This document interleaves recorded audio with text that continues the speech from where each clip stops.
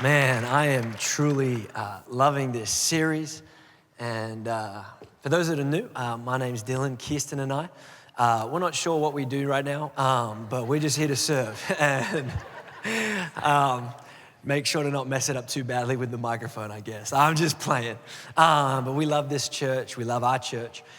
And man, it just seems like God's just doing something here at Manor House. Can you sense it? It just feels like God is just opening some things up, wanting to pour in. And the worship series and even this series, Walking Upon the Water, I think God's trying to remind us again of what he's capable of. So oftentimes I reduce God to what I'm capable of. God's trying to remind me, hey, I need you to remember what I'm capable of. Before I even just get into the message, I don't do this often, and so I'm just gonna go for it. I don't know you guys, I just know your pastors. And I felt like in worship, God just gave a word for me, for you guys, that you started this journey on a word, and what's gonna sustain your journey is a word.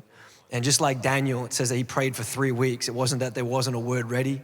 It was that there was a word ready. It just had to make its way. And I just felt like there was a word for you, that there's a word coming that's not just gonna start, that didn't just start your journey, that's gonna cause you to sustain into significance. You've been praying for significance. God's saying the same word that started is the same word sending you into significance. And I don't know, we can talk afterwards. You can let me know if I'm off. Just after service, and let me down gently.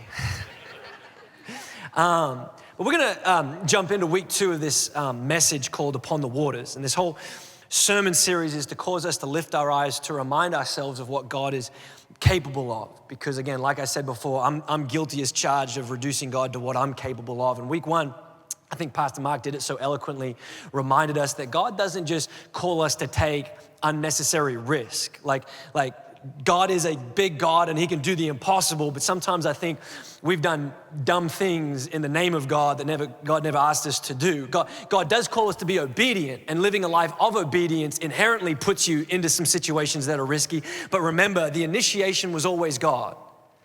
Our job is to simply respond. And today we're going to continue looking at this passage of Peter in the storm because I want to look at what stops you and I from stepping out in faith for what God has for us, or what stops us, what causes us to sink, so to speak, instead of walk out what God has for us. And so if you have your Bibles, we're going to go to 2 scriptures this morning. First one is Matthew chapter 14. Matthew chapter 14, verse 22. I'll read it and you guys can follow along. Here we go.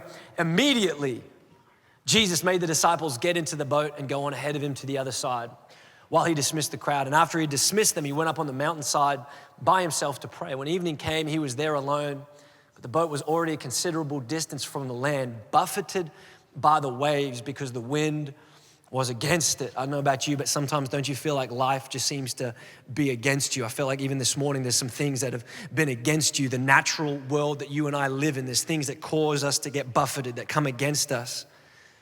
And it says this: during the 4th watch of the night, Jesus went out to them walking on the lake. But when the disciples saw him walking on the lake, they were terrified.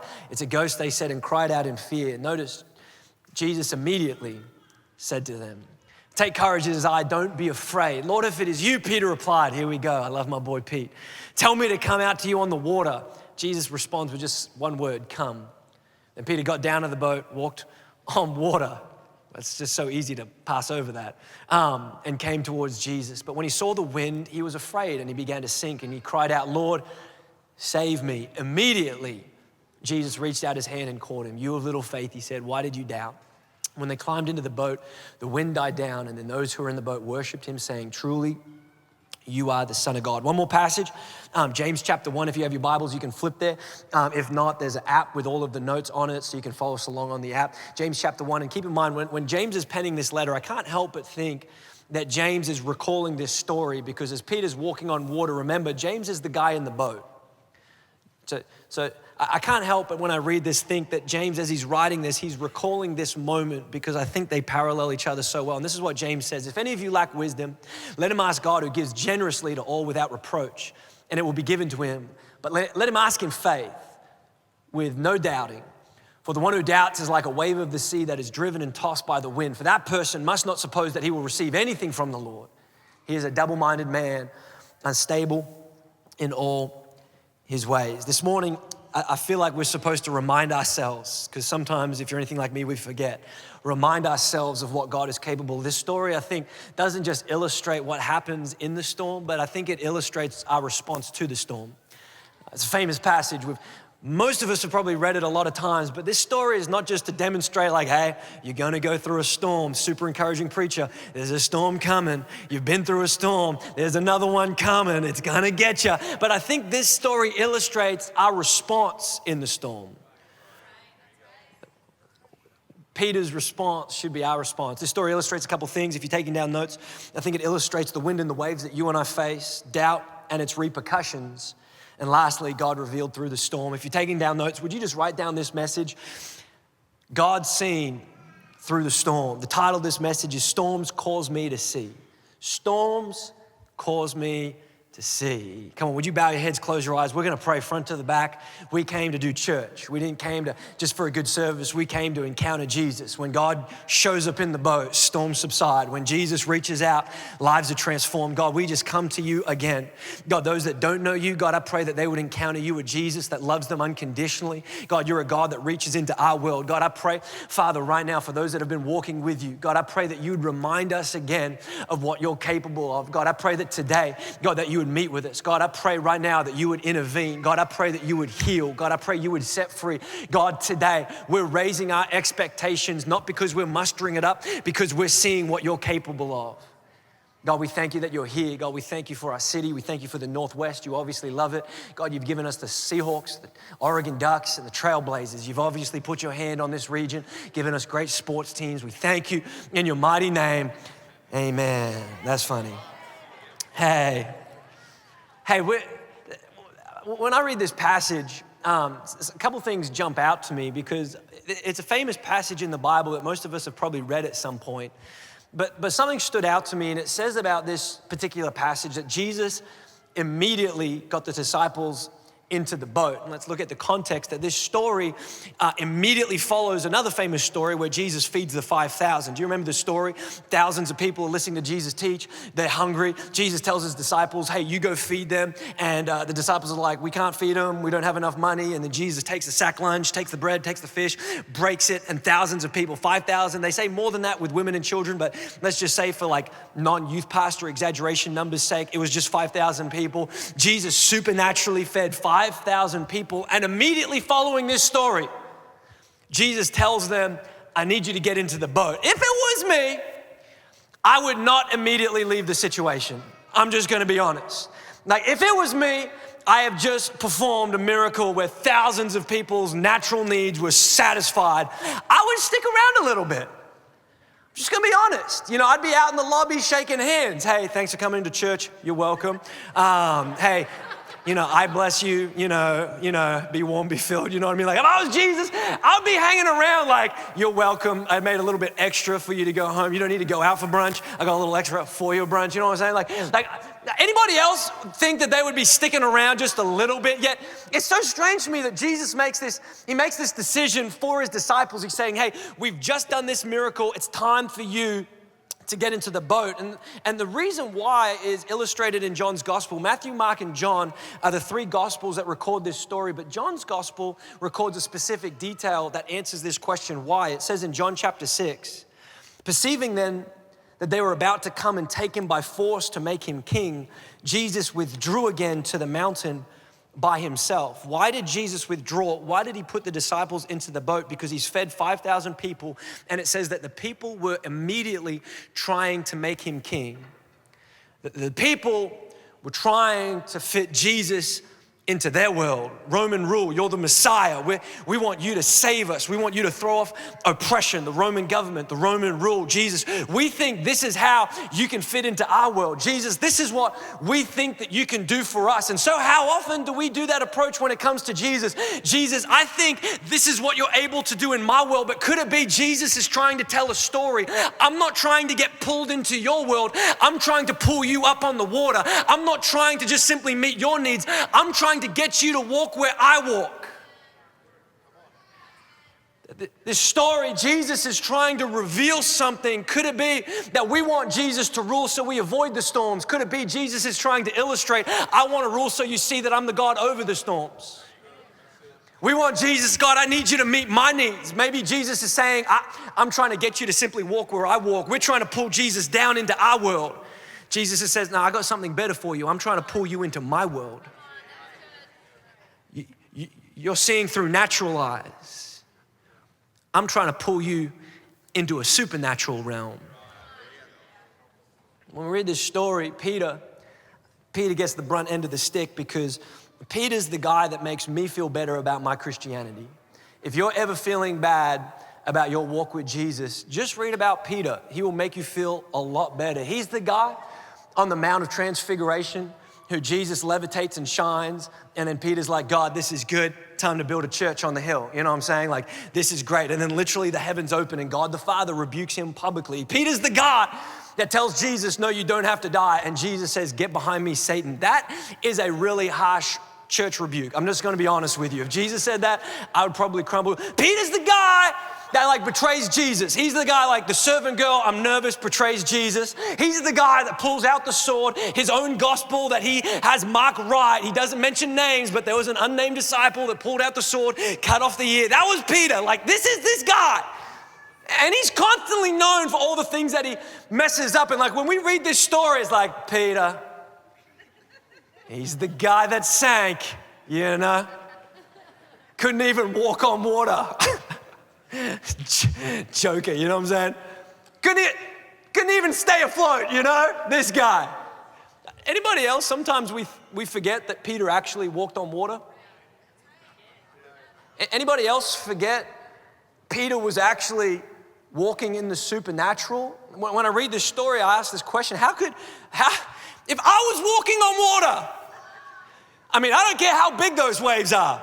It's like I'm surfing without a surfboard. Oh, I see this is just a little bit more fun time. It's like, I'm gonna like climb some waves. Like we read this story and I think to myself, how could Peter sink after walking on the supernatural? Anybody else? Like, how is that even possible? Have you ever noticed that there's certain things in your life where like the novelty of something is worn off? Like some of us that are a little bit older than 25, I'm getting there. Like if they told you 25 years ago that your television, you could carry it around in your pocket. What? No, that's not possible. No, it's true. You're gonna literally be able to stream whatever you want from a device that fits in your pocket, from the TV, the one where my coat hanger is now the antenna. Some of you remember trying to get that signal. You know what I'm saying? Impossible, no, like we forget that this technology is kind of amazing. Like, do you remember the first time that you flew? Do you remember the experience, the novelty of it? How incredible it was when you first stepped onto an airplane that 100 years ago, this is not happening, but for you and I now, it's like you get onto a plane the first time and you sit down in this metal tube thinking to yourself, my goodness, I'm about to fly. This is crazy. Humans don't fly, but I'm about to. And you're sitting in a chair and you're thinking to yourself, hey, this is so comfortable. This is so amazing. This is so great. And the captain gets on and we're about to take off and you take off on a flight and all of a sudden you're pushed back into your seat because you forgot that this is the fastest that you're ever going to go in your entire life and you don't realize how fast you're going. But right now, the first time you're like, I'm really going really fast right now. I can literally feel it. And then you get to 10,000 feet and the plane, a pilot comes on. That's the name for that person. A pilot comes on and they're like, ladies and gentlemen, we're going to get you to 35,000 feet. 35,000 feet!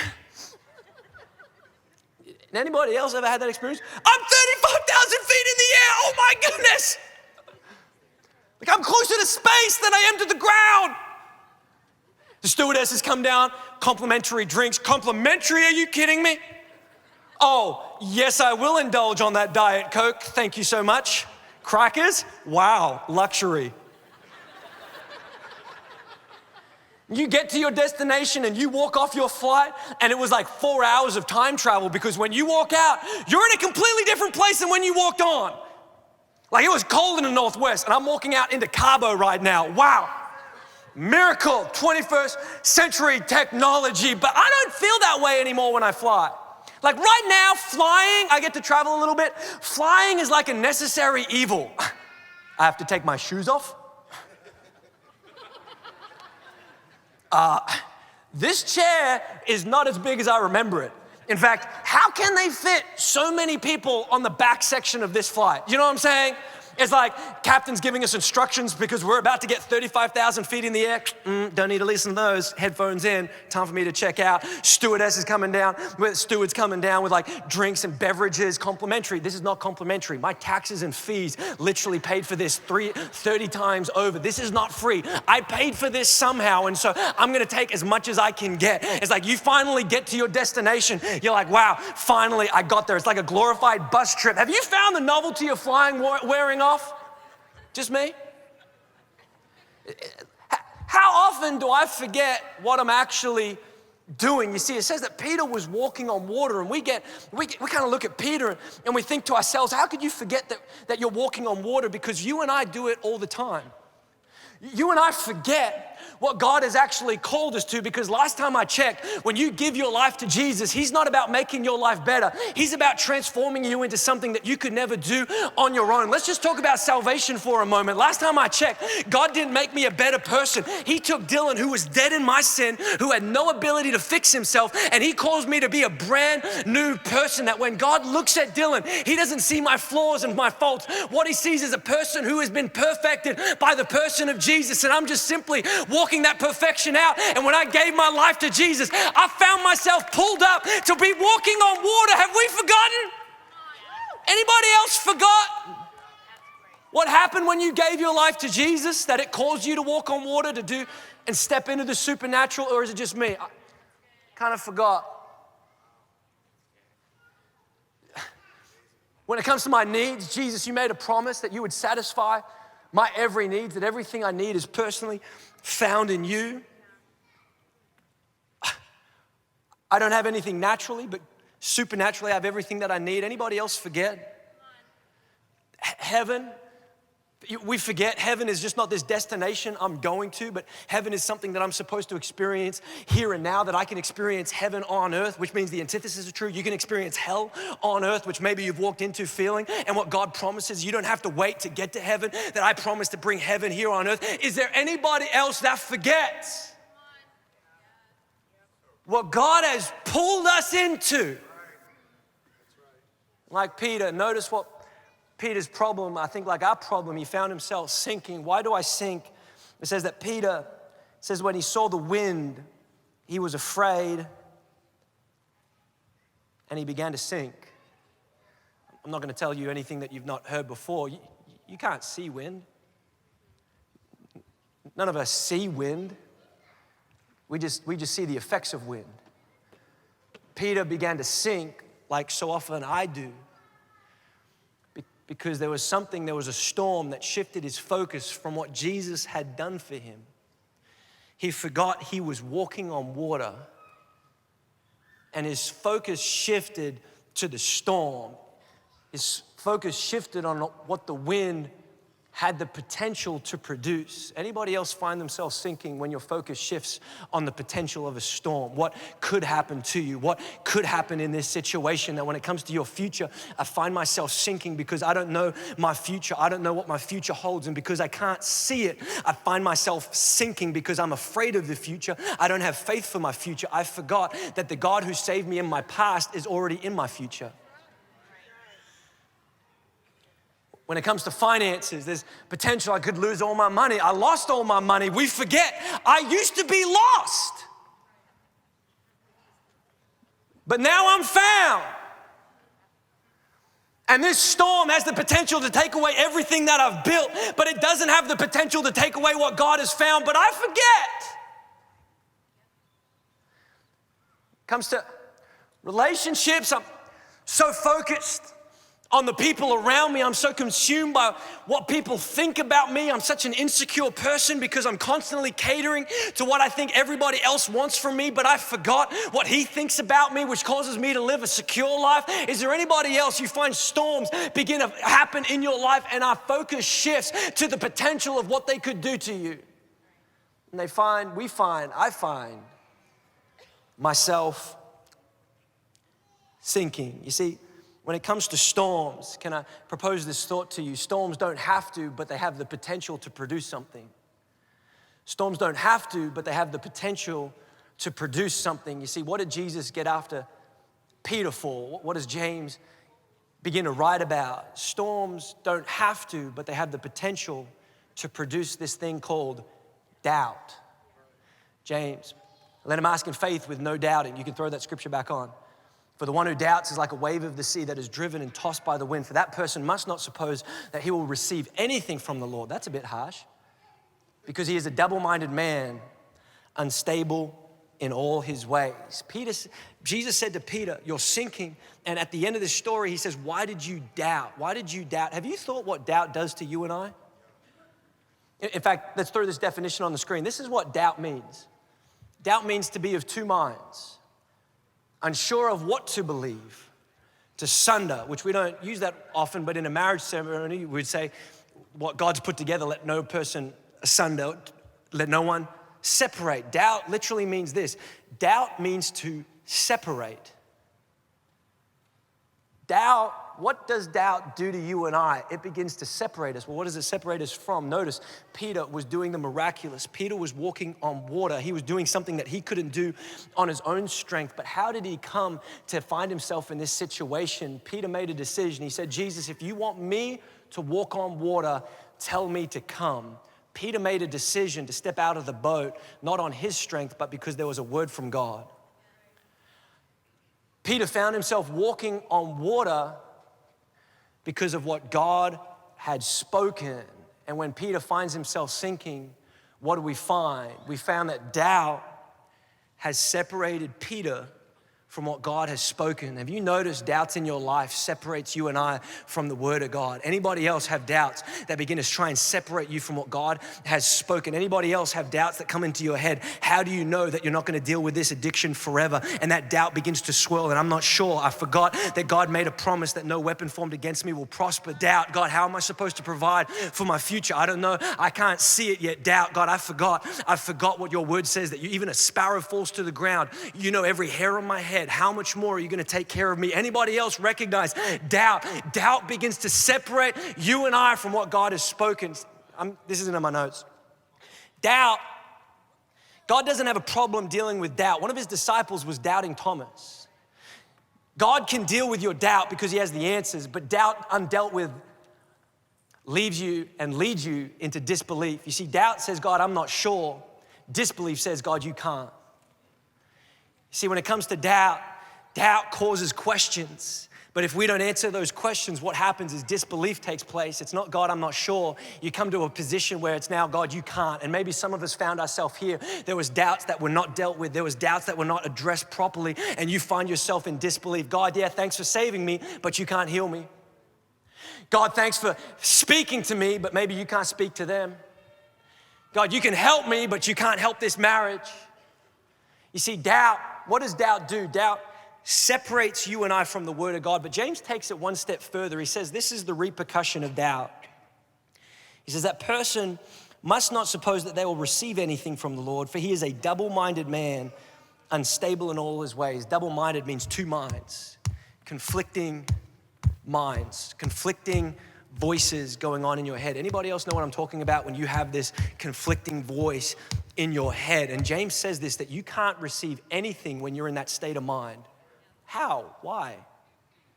I used to think it like, God, I got to remove all my doubt and then I can walk by faith. But I don't think that's what James is saying. It's not that God doesn't want to give us what we need. When Kirsten and I go out on dates, we're trying to get a couple a month. And so sometimes we'll sit in the car and we'll ask the question, hey, what do you want to eat? Anybody else ever get stuck when it comes to that question? Is it just me? Portland has some good restaurants. And right now, I'm going to give some free promo to those restaurants. And so if you want to throw that back with a free meal, if you want to throw that back by saying, hey, you and your wife can come on a date, I will take it. But there's some good food in Portland, right? Like Thai food. Chaba Thai down the road, Pad Thai, my jam, you know what I'm saying? Like it is good. But then there's American food like Tilt Burger. It is a really good burger. Like to buy a burger. You got Chinese food, you got Lebanese food, Nicholas's and Yahala. Oh my goodness, holla at your boy, it's good. Man, there's so many. And what happens is Kirsten and I were sitting in the car and was like, well, what do you want? And I'm caught in two minds because I've got some options. And the problem isn't, there's not something to satisfy me. The problem with a double mind isn't that there's a pathway for me. The problem with a double mind isn't that God doesn't have what you need ready for you. The problem with a double mind is it causes you not to know what you want. In fact, you think about Peter. Let's think about Peter for a moment. He's doubting. He's being separated from the word of God and he finds himself drowning. Anybody else realize like Peter probably at least had the ability to swim? I mean, he's a fisherman. I mean, he probably has got at least a doggy paddle down. He can probably survive for a little bit. And Peter finds himself drowning. He found himself sinking. Doubt is separating him from what God has spoken. And what is it causing? It's causing him to be in two minds because it's not that God doesn't have what he needs. The two minds is causing him to not know what he really wants, because right now the temptation with a double-minded person is, do I trust what God has for me, or do I take matters into my own hands and do I trust myself? Do I hold on to the word of God that God has spoken, or do I hold on to what's comfortable, like Kirsten shared this week, because it's comfortable because I'm the one in control, and I find myself double-minded, unsure of what I want, because part of me wants what he has for me, but part of me is not willing to let go of what I can do. And when I'm holding on to myself, there's no room for God to put something into my hands. When I'm holding on to my strength, there's no place to receive. It's not that God doesn't have something, it's that I'm unsure of what I want. You see, this story doesn't highlight the storms that we face, because maybe you walked in and you're facing a storm. When I read this story, it actually illustrates what we're supposed to do, our response in the storm. Because notice, it says when we find ourselves in the storm, Peter says that he cried out. Peter cried out, "Lord, save me." I've never seen this before. When I read that passage, for me, it was kind of like this desperation, like, Peter, you had no choice kind of situation. Like, you're drowning. I got no choice. Jesus, I'm reaching out. But I've never read it like this. But think for a moment. Peter's sinking. He's got Jesus in front of him and he's got the disciples behind him. Wouldn't there be a temptation to cry out to the disciples? If it was me, you are way more spiritual than me. But if it was me, Jesus, I tried the whole water walking thing, didn't work out. I'm gonna call to my fellas in the boat because I know that thing that floats on water. Peter had a decision. He says that he cried out, he called out and said, "Jesus, would you save me?" There was a temptation to go back to what was familiar. There was the opportunity to call out to the friends in the boat, but Jesus made a decision, which is a faith statement. I've never seen it before, but Peter made a conscientious decision. He said, "Jesus, I'm calling out to you. I'm putting my trust in you. I'm not putting my trust in my ability. Jesus, I'm putting my trust in your ability, not in what my friend's ability is." And the world would tell us, hey, if you just believe in yourself, you'll make it through. That is not true. Sometimes believing in yourself causes you to sink faster. The world will tell you, you just need to get around the right crew. The right people will help you if they just point you to the person. The right decision, the faith decision that Peter made was he said, "Jesus, I'm crying out to you. I'm gonna take a step of faith." Something that God's been teaching me is, I don't know if I've shared it here, but so oftentimes we're told we need to hear the voice of God because we do. We need to know what God's voice sounds like. But something that God's been challenging me on is recognizing what the voice of the enemy sounds like. That when it comes to my life, I began to recognize what his voice sounds like, because have you noticed that when the enemy speaks, he often uses the form of a question? Let's just think back to when he has spoken, Adam and Eve in the garden. Did God really say, "Don't eat from this tree"? Question mark. Jesus in the wilderness, "If you are the Son of God, turn these stones into bread?" Question mark. Anybody else find there's a voice in your head that keeps asking the question? Dylan, this is the voice that I get. Dylan, how do you know that addiction's gonna be broken? Question mark. How do you know you're not gonna deal with this for the rest of your life? Question mark. How do you know the future's bright? How do you know? And my temptation in the past was I used to think that I had to answer those questions. What I found myself getting into trouble was I found myself sinking, because what happened was I felt like it was my responsibility to respond to those questions. Well, how do I know that this sin addiction is going to be broken? Well, I've been doing good for a couple days. I've been clean for a couple days, and so I'm doing good. But then when I mess up, that all of a sudden that doubt begins to come in. It's like, well, I messed up. How do I know that it's just going to be a matter of time before I fall again? Anybody else have this kind of thought process in your head? How do I know that the future is going to be good? Well, right now it seems really good, but then I got fired from my job, and now I'm not sure because my 401k was doing really good, but then the stock market crashed, and now it's not doing really good. There's times where it seems like it's working out, and there's times where it's not working out. And I feel like I'm the one that had to answer the question, and God spoke to me. And this is me being really vulnerable. I used to get panic attacks over this because I couldn't get this out of my head. I had to answer everything. I used to get anxious about the future. And I remember God spoke to me and he says, Dylan, you keep responding to questions I've already answered. He began to reveal something to me. Dylan, when you respond to those questions, you're taking matters into your own hands. You keep thinking that you have the ability to think yourself out of this situation. You have the ability to plan yourself out of the situation. There's somebody here dealing with an addiction, and it's this whole thought process. I can will myself out of this addiction. There's some of us here, we've walked in, and I can just discipline myself out of this. And what happens is, Dylan, you begin to realize you're depending on your own strength. Instead of crying out to me, you're trying to doggy paddle. God convicted me. He says, Dylan, you keep responding to questions I've already answered, because when it comes to my future, this is your word, that I have plans to prosper you, not to harm you. God, I can't see it, but what I recognize is, God, you're a God in my future, and so I'm going to trust you at your word. How do I know that this addiction is not going to stay with me for the rest of my life? God, your promise says no weapon formed against me is going to prosper, and so, God, I'm holding on. Right now, some of you, when it comes to areas in your life, there's a word that God has for you that we're supposed to hold on to, because Peter took a step of faith and he says, God, I'm crying out. But notice, secondly, this is what happened. It says that Peter simply held on to Jesus. He cried out, and I love this. It says that Jesus immediately reached down. 3 times, Jesus did something immediately.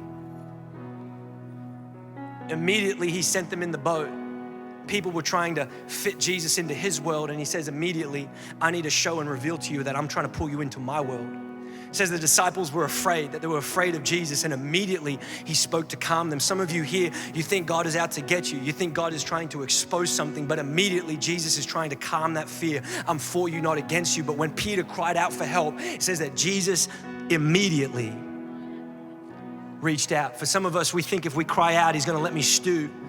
If I cry out, he's gonna make me ponder the decisions that I've made to get me in this situation. If I cry out, Jesus is gonna try and let me see what I'm able to do on my own strength. But God's promise was Jesus reached out immediately. He reached out. My response was simply to hold on. You see, Jesus reached out to his situation, and Peter's responsibility was simply to hold on, because the storm didn't stop when he encountered Jesus. Sometimes I think that if Jesus is in my world, the storm's supposed to stop. Or when I have an encounter with Jesus, the storm's supposed to stop. The storm didn't stop. Sometimes there's seasons in my life where, God, you're reaching out to me, and all I can do is hold on. Before I'm preaching to you, I'm preaching to myself. Dylan, God's for you, because this is what his word says, and I'm gonna hold on. When it comes to purity, God, you've given me everything to live godly life. You've provided every single one of my needs. God, I'm holding on. My responsibility is not to initiate. My responsibility is simply to hold on to what he's already promised for me. You walked in and you're dealing with something. You're frustrated. There's a storm in relationship. There's a storm that you're facing. Can I encourage you? Could it be that this morning is a cry out kind of morning, where Jesus is reaching down to find you right where you're at, and all I need to do is I need to hold on.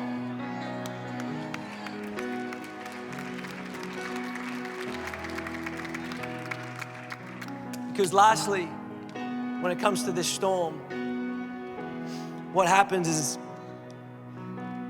says that God was revealed. It says that when Jesus got into the boat, the storm didn't stop when Jesus held on to Peter, but the storm did stop. For some of you here, this is your word. Just because you're in a storm doesn't mean it's gonna always be like this. How do I know? Every storm subsides. Literally. Every storm subsides. But what I'm anchored to dictates whether it devastates me or whether I go deeper into Jesus. Because notice what the disciples said. He got into the boat and they saw that this was Jesus and they worshiped him for the Son of God. Because right now you might be facing a storm, but can I promise you this? I don't understand the storm. I don't know why you're going through it, but I can promise you this. On the other side of the storm, you're gonna see Jesus even more clearly. On the other side of the storm, you're gonna see what he's capable of. When it comes to my life, God, there's been seasons where I don't have provision, but on the other side of the storm, God, you provided for all of my needs. God, I'm in a storm called addiction, but on the other side of this storm where I held on to you, I'm seeing your faithfulness. God, I'm in a storm called relationship. God, you never promised to work on other people, but God, I'm opening up myself for you to work on me. And on the other side of the storm, God, I see that you have the ability to transform even me. When it comes to the storm, on the other side, God, I know I'm gonna see you more clearly. Right now I can't, but it's only a matter of time. Because as I'm holding on to you, you're pulling me into your world. You're pulling me into what you see. God, you're pulling me into what you're able to do. Our God is still a healer, and there's a storm you're facing called physical health. I just felt this morning you're dealing with a diagnosis, and it might be real, but there's a God that's saying, I'm gonna reach into your situation. Our God still heals. Our God is still a supernatural God. You might be dealing with some anxiety or pressure. Our God has the ability to give peace that surpasses all understanding. He's reaching into your world. There might be addiction that you thought you'd broken and it only came back even more times. God's reaching right now into your world and he's saying, hey, I have the ability to pull you up, because on the other side of my storm, God, I am confident that I'm gonna see you like I've never seen you before, and I'm gonna worship you like never before, because at the end of my storm, you're gonna get all the glory. Come on, would you stand to your feet, church, because we're gonna pray for just a couple of things this morning. Right now, you walked into church. Sorry, you got a yelling guy talking to you. This morning, there's some of you here, it's very real. It might be natural, it might be psychological, it might be emotional, it might be spiritual, but right now you find yourself in a storm with every head bowed and every eye closed. If you're here, you say, Dylan, I'm sinking. This addiction, I've tried to will myself out of it. This relationship, I've tried to fix them. Life promised me this, but right now I'm kind of getting beat up right now by the wind and the waves. If you're here this morning and you've never given your life to Jesus, the first step is crying out to him, because he's a God that's not distant, he's a God that's close. That when you cry out, he's already there reaching out. Would you just simply hold on? If you're here and you've never given your life to Jesus, you're sinking, you're in a storm, you're thinking that it's gonna be the end of you. Jesus is your last hope. You've never given your life to Jesus, or you've been running from Jesus, and today you found yourself in church because a neighbor invited you. You find yourself in church because one of your coworkers said, hey, why don't you come to church? Because this might be what you're looking for right now. If you've never had an encounter with Jesus, or you're far from him, younger you had, but now you haven't. If you're here today, you say, Dylan, I need Jesus to save me right where I'm at. Hands are already going up. If that's you, I want you to raise your hand right now, and I want to be able to see it. Just stick your hand up right in the air. Come on, 1, 2, keep them up. Service host, we're going to get something in your hand. Just keep them up. Keep your hands up, front to the back. Another one down here. Service host, help me out. Keep your hand up. You're saying, Dylan, I need Jesus. I'm coming back to Jesus. You just raise your hand. Awesome. Anybody else? Keep your hand raised until we get a card in your hand. We want to follow up with you. Another one down the front here. Another one. Anybody else? Just raise your hand. Hands keep going up. Saying, Jesus, I need you to save me. Our God is a good God. Come on, you can put your hands down. We're gonna pray for you in just a moment. If you're here, and right now, I felt so strongly this morning. You've been walking on water with Jesus, and yet you find yourself in a storm and it's causing you to sink. Jesus never promised that there wouldn't be storms. He just promised that he'd be over the storm. And right now, you're saying, Dylan, I know I love Jesus, but something's got a hold of me. A habit that I thought I'd left has come back. There's a storm in my relationships that keep getting sabotaged. There's a storm financially. If that's you, you're facing a storm. You feel like you're sinking. You know you're sinking. Can I ask you right now to raise your hand? I want to pray for you. Right now, ready? 1, 2, 3. Just put your hand up. 1, 2, 3, 4, 5, 6, 7, 8, 9, 10. I'm not going to count the hands because there's too many. You just keep hand go up. You're saying, Dylan, I need Jesus to intervene. I'm calling out. I've been calling my friends. I've been looking at what I can do, but I'm at the point where I just need Jesus to intervene. More hands are going up. You just keep your hand up. We're gonna pray here in just a moment. Here we go. This is what we're gonna do, church. Can we do this? We're going to sing this song because it's so good. But if you raise your hand, I'm gonna ask you to take a step of faith. This step isn't for me, this step is for you. Saying, God, I'm gonna come out and I'm gonna take a step of faith. If you raise your hand, you said, I need Jesus in my life, or you're saying, I'm sinking, I need Jesus' divine intervention, I want you to make your way down the front right now. And right now, as our service hosts, connect group leaders, ministry leads, you just get down the front as fast as you can. The rest of us, we're gonna sing this song. We're gonna declare God's goodness. Come on, here we go.